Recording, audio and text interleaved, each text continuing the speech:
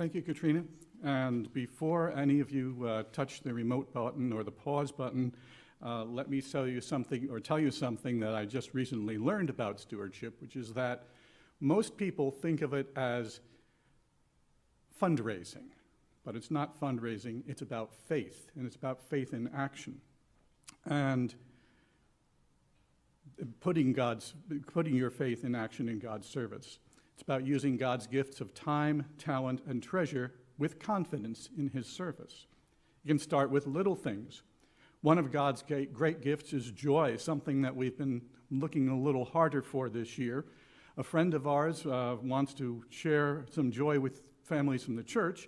Outside the office door, you'll find a box of bubble wand soaps for anyone who wants one, so have fun. That box is also near the board where we're sharing our ideas for the Bless Your Pastor and Staff project that you've heard so much about in our recent letter. Here's a little secret. Most of those suggestions are things that we should be doing anyway, not just for our church people, but for anyone we love. So they cost little or nothing, but they can mean a lot. If you've found ways that you've been able to put your faith into action, we invite you to share them anonymously on the poster board outside the church office. Inside the letter that you received, you should have found a safely sponge-sealed coin envelope containing $1 in seed money. This is another gift from another friend to challenge you to think about ways that you can do God's work. Jesus tells us about wisely using all of God's gifts, and money is only one of them. Think of the parable of sowing the seeds. Some are eaten by the birds, some are scattered on the rocks, some fall in fertile soil and produce abundance. Any act of faith requires some risk. When we sowed this seed money in the mail last week, some of it might have been eaten by the post office machines. Some of it might have been scattered in pockets or dropped in recycle bins. And some will fall on fertile soil. It's only $1.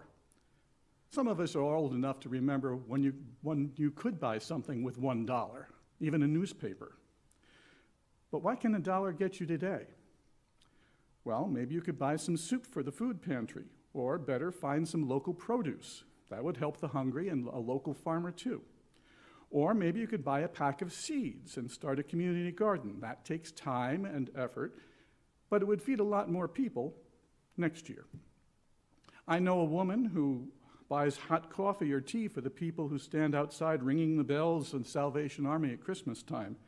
That's doing God's work by helping someone who's helping the needy. Or you could put your coin in that Salvation Army pot or an offering plate. Any contribution of time, talent, or treasure goes farther when it's joined by its brothers and sisters. That's how a church works. We pool our resources to do God's work. Your offering has a multiplier effect. It supports our faith community, giving your family and friends opportunities to worship and work together, to socialize and sing, to grow in faith and service. And that ripples through our neighborhoods. It also helps feed the hungry through our contributions to food pantries and the Greater Waterbury Interfaith Ministries Food Bank and Soup Kitchen. Just as we can do more when we work together as a church, churches can do more when they work together with other community faith organizations and faith communities and organizations. A few years back, some members of our church joined other congregations and a nonprofit called Simply Smiles on a mission trip to the Cheyenne River Reservation in South Dakota, an area of extreme poverty. Our daughter Lexi was on that trip, where she helped rebuild housing and worked with the children. She was so moved that she has returned on other trips to help build a water line and, as a veterinary student, to staff clinics for animals. Your contributions toward this church and toward its mission program reached halfway across the country to one of the poorest parts of our nation. But that money did more. It helped inspire her continuing relationship, a personal relationship with a community of great need. We had no idea that would happen when we first joined Middlebury Congregational Church some umpteen years ago. She was only in 4th grade, And we were parents with 3 kids and all the uncertainties that implies. We were new to this community, but every week we put an envelope in the plate, and every year we tried to put a little more into that envelope. We had faith in this church to use it in God's service. And look at what we got in return.